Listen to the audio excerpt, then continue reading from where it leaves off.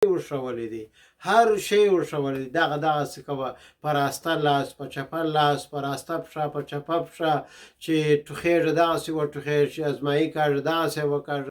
مام زه خو کم حرام شراب خو نه څښم، ته د ویښتانو په باره کې یو آر سو سټریک، ته بیخي سخت یې، ته بیخي فنډامنټل یې، ته بیخي بیکورډ.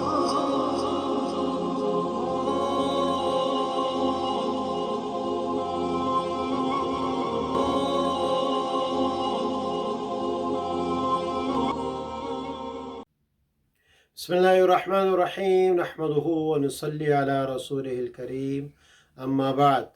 ډېر امپورټنټ حدیث درته وایم د اولادو په باره کې، د کوچیانو په باره کې.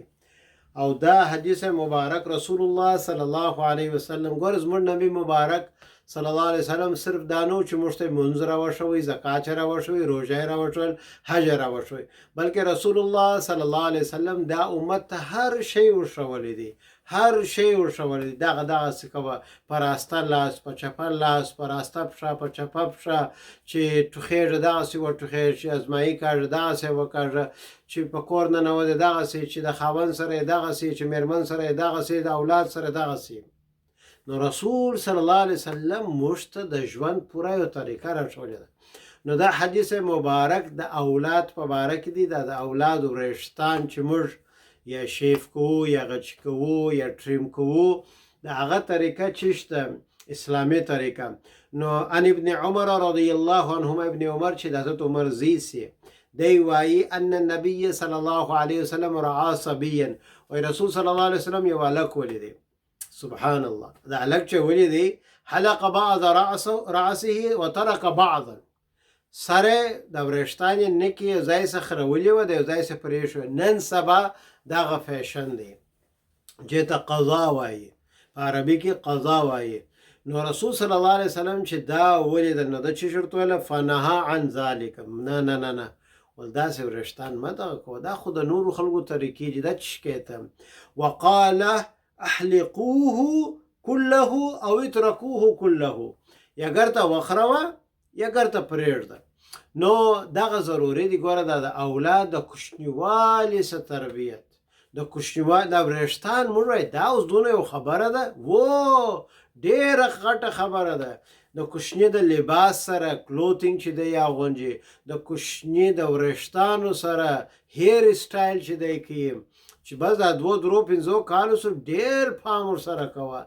که د کوچنیوالي عادتونه تا پر سمه لار نه کړل، دا بالا پخیږي پخیږي پخیږي، بیا چې نو دی د 10-12 کاله سي، یا انجلۍ دی یا هلک دی، بیا به نو ملا صاحب تعویز، ملا صاحب تعویز، ملا صاحب تعویز، بیا نور تعویز ماویز، وخت ډېر ناوخته سو.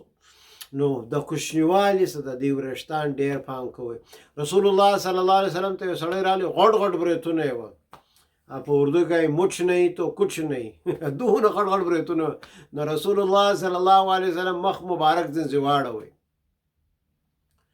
بالا هغه داسې اریان سول چې د الله نبي ولې مخ واړوئ، مسلمانان نه واغه.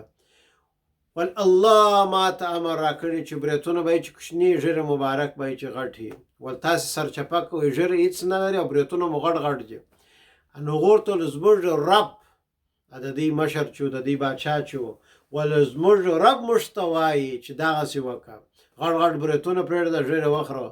ول زما رب بیا ما ته وایي، رسول صلی الله علیه وسلم جواب ورکړي، ول زما رب د کائنات رب، د ټولو جهانو رب بیا ما ته وایي چې بریتونه کوچني کړه، ژیره مبارکه غټه کړه.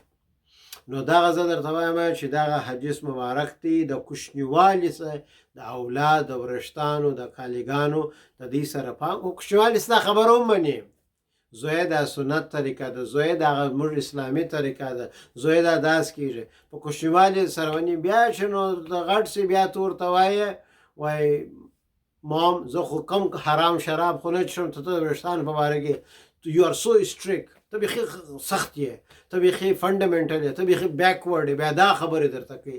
نو د کوچنیوالي څخه د علما چې درته وایي په کتابو کې چې لیکلي، د کوچنیوالي څخه د کوچني تربیت مهمه ده. واخر دعوانا ان الحمد لله رب العالمین.